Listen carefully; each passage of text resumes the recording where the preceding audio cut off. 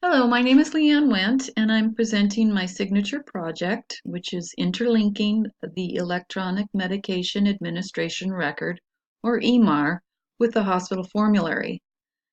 The reason I chose this project is because I believe it would save nurses time when it comes to educating the patient regarding their medications. Now, we know as nurses that medication education is mandated by Medicaid and Medicare so that the hospital can get reimbursed for payment.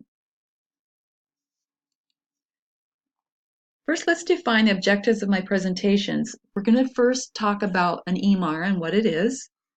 Then we'll discuss the formulary. What is that? What does it contain? We'll discuss the importance of patient education regarding medications and their potential side effects. We're going to discuss the benefits of connecting these two systems. What method is involved in connecting these two systems? We're going to discuss which teaching methods are best suited for educating staff on the new system, and we'll discuss how changes in public policy and technological advances in the future could impact my project. Most nurse knows what an EMAR is. I've already stated earlier, it stands for Electronic Medication Administration Record. It really does provide a cost-effective alternative to paper-based MAR charts. I was never involved in paper charts, but I imagine the margin for error in paper charting is large compared to the EMAR.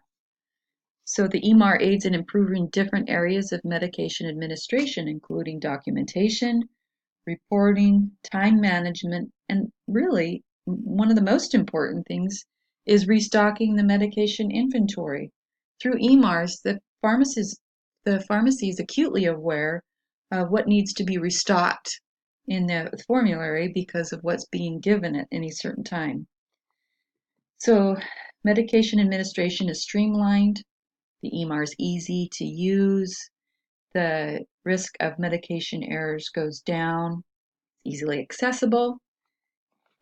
It's a great tool in which to manage our time, and overall, it's a quality work experience for most healthcare workers. So here's a sample of an EMAR from my hospital. As you see, here's the list of all the medications that need to be given. At this point, my hospital EMAR, if you right-click on the medication, nothing happens. You don't go anywhere. My idea is to actually be able to say, oh, vancomycin, it needs to be given at 1 o'clock. Well, what is vancomycin? I right-click, it takes me to the formulary, it tells me why the patient's getting vancomycin, how to administer it, what the precautions are for it. We know it's nephrotoxic. We know that pharmacy needs to manage it and do vancotroughs. So then also we could perhaps make it so there's a patient education sheet that we could print on the spot in regards to this medication. And in effect, education is happening at all points in the hospital stay for the patient, not just at discharge. So most of us know what a hospital formulary is as well. It's basically a list of medications that are readily available in the hospital. Drugs are selected from the formulary in the hospital pharmacy, similar to the medications patients are taking at home. It's really impossible for the hospital pharmacy to stock every single medication out there, but they can stock the medications that cover most of the patient's needs, all the categories and all of the patient's needs, actually. So, for example, there's an antiarrhythmic or high blood pressure medication equivalent to the one that the patient is taking at home. This way they can streamline the amount of medications they have to stock. So this list is constantly revised and updated to reflect new information, and it is evaluated by a formulary team composed of doctors and pharmacists. So it looks something like this in a flow sheet.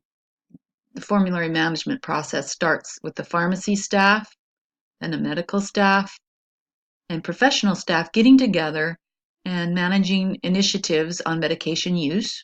It goes down to a committee that reviews and acts on these recommendations, including a safety committee, a drug review panel, and then a plan is put in place, medication use is reviewed, and ultimately we as staff will get this information via newsletters, department meetings, and even pharmaceutical reps. So we know we've been taught since the beginning of our nursing career the importance of constantly teaching our patient, and especially about their medication and their potential side effects. By doing this, patient understands the negative responses to medication and when to seek help. Then patient safety is increased and readmission rates decrease. Because of education in regards to medication, higher adherence to health optimizing medications post-discharge increase. And we all know about HCAHPS. That's that patient satisfaction survey that every patient fills out at the end of their stay. And one of the columns is, were they taught about their medication? And if they were not taught about their medication and the side effects and the purpose, our HCAHPS score goes down and affects the reimbursement that we receive from Medicaid and Medicare. So then billions of dollars each year could be saved in hospital readmissions, which we've discussed. That's a lot of money that could be used to something else. So we need to teach staff on their medication, and nurses need efficient ways to do this. We're busy. We do many different things during the day, and education, although it is important, it needs to be made more simple. Number one, we can be educating our patients throughout the stay of their hospital. So then when they're finally discharged, when we teach them about their medication, it's just more assessing their knowledge and reinforcing their understanding. For me, at my hospital, to educate the patient about their education requires a lot of clicks and a lot of steps to access the medication on the formulary. So if we linked the EMR with the hospital formulary, our job as nurses to educate become easier. So this is my idea. In order to do that, we're going to have to link the EMR and hospital formulary through interoperability. Interoperability defined is the ability of computer systems or software to exchange and make use of information.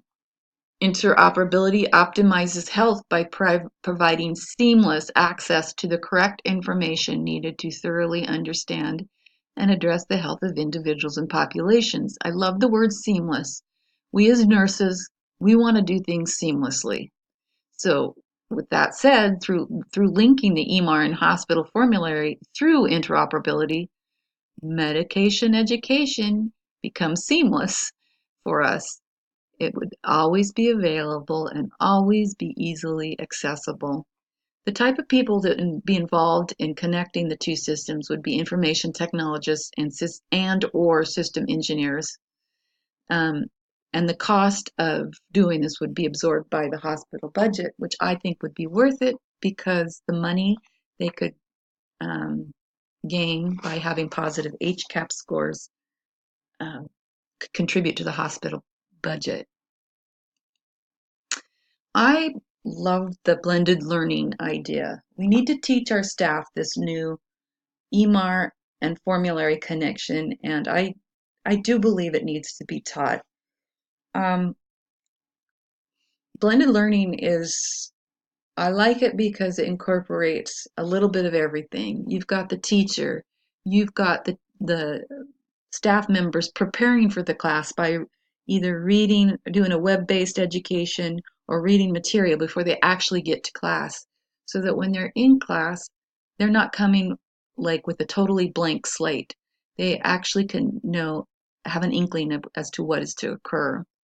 And during this class time, the teacher can make interactive games or interactive quizzes, do practice scenarios, and reinforce knowledge so that when the nurse or the staff leaves, they can feel confident in their new skill and put it to use immediately on the floor. Public policy in the future of my signature project. Well, let's just say we never know which direction public policy is going to go. So any new public policy is probably going to, in regards to health, is going to affect hospital policy. We've seen that in the past, where public policy is introduced and the hospital has to jump on it and create new policies to so that they are in accordance with public policy. I imagine we are going to, in my project, we're going to absolutely have to keep that hospital formulary up to date, and we're going to have to ensure that patient privacy is not breached when we connect the EMR to the formulary. How that could occur, I have no idea, but I imagine it's possible, so that the patient's privacy is going to always have to be watched over. Public policy can, and the future of my project could definitely affect that aspect. So is the cost associated with keeping my system up to date, is it worth the investment? I believe it is. I believe the money that we would save, as I said earlier, or gain by making our HCAHPS scores better, this will allow our payment reimbursement from Medicare and Medicaid to increase, and we can receive our paychecks, and the hospital can keep abreast of all things new and cutting edge because they have the budget for it. I'm really hoping that my hospital will do this in the future. And it's been a fun project, and I've really enjoyed this class. And thank you, and have a good day.